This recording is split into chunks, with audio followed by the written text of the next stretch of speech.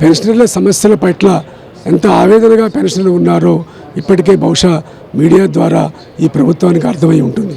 అందుకనే ఈ సందర్భంగా మేము ఒక డిమాండ్ చేస్తూ ఉన్నాం. ఈ రాష్ట్రంలో మా సంఘం ఆధ్వర్యంలో 2.5 లక్షల మంది పెన్షనర్లు రిటైర్డ్ ఉద్యోగుల సంఘం ఆధ్వర్యంలో ఉన్నారు. 33 జిల్లాలలో శాఖలు కలిగి ఇంత నిర్మాణ పటిష్టత ఉన్నటువంటి రిటైర్డ్ ఉద్యోగుల సంఘం డిమాండ్ను పరిష్కరించకుండా సాచివేత వైఖరి తీసుకుంటూ ఉంది. ఇప్పటికైనా రాష్ట్ర ప్రభుత్వం మా సమస్యలను వెడల ఆలోచించి ఎంతవరకు ఇవి పరిష్కరిస్తాయో కూడా మీరు చూడండి ఒకసారి. మేము అడిగేది గొంతెమ్మ కోరికలు కూడా కాదు, కేవలం మేము సర్వీసులో ఉన్నప్పుడు ఏదైతే దాచుకున్నామో ఆ డబ్బులు ఇవ్వండి అని అంటున్నాం. అంటే మా డబ్బులు మాకు ఇవ్వండి అని అంటాం కూడా నేరం అయిపోతే బాధగా ఉంది.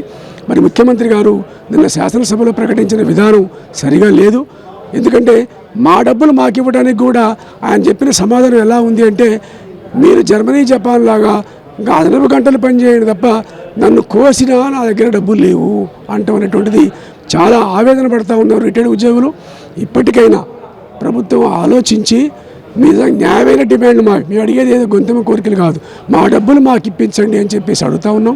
2024 మార్చి నుండి రిటైర్ అయిన ఉద్యోగులు చాలామంది చనిపోయారు ఆవేదన పడి.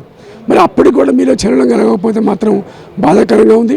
ఏదేమైనా ఇప్పుడు మా రాష్ట్ర కార్యదర్శి శరత్ బాబు గారు చెప్పినట్లు ఈ నెలలో కనుక అంటే 30 లోపు కనుక మీరు పెన్షనర్లకు కావాల్సిన బకాయిలు చెల్లించకపోతే మాత్రం ఖచ్చితంగా మేము మార్చి తర్వాత 33 జిల్లాల్లో ఉన్నటువంటి మా శాఖ ఆధ్వర్యంలో ఆందోళనలు చేపడతామని ఈ సందర్భంగా ప్రభుత్వానికి తెలియజేస్తూ ఉన్నాం. ఇప్పటికైనా మేము ఇచ్చినట్టు విజ్ఞప్తిని ఆలోచించండి. అదేవిధంగా కేంద్ర ప్రభుత్వం ఇటీవల విడుదల చేసినటువంటి ఇటీవల పార్లమెంటు ఆమోదించిన ఫైనాన్స్ బిల్లును వెంటనే రద్దుపరచాలని చెప్పేసి కేంద్ర మన ఆర్థిక మంత్రి నిర్మలా సీతారామన్ గారికి విజ్ఞప్తి చేస్తూ ఉన్నాం. ప్రధానమంత్రి గారికి కూడా మెమోరాండం పంపించాం, సీతారామన్ గారికి పంపించాం, ముఖ్యమంత్రి గారికి కూడా పంపించాం.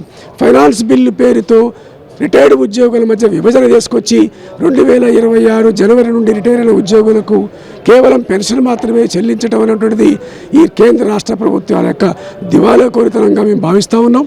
మా డబ్బులు మాకు ఇప్పించండి అని పెన్షనర్లను రక్షించమని చెప్పేసి కూడా ఈ వేది సందర్భంగా మేము కోరుతా ఉన్నాం.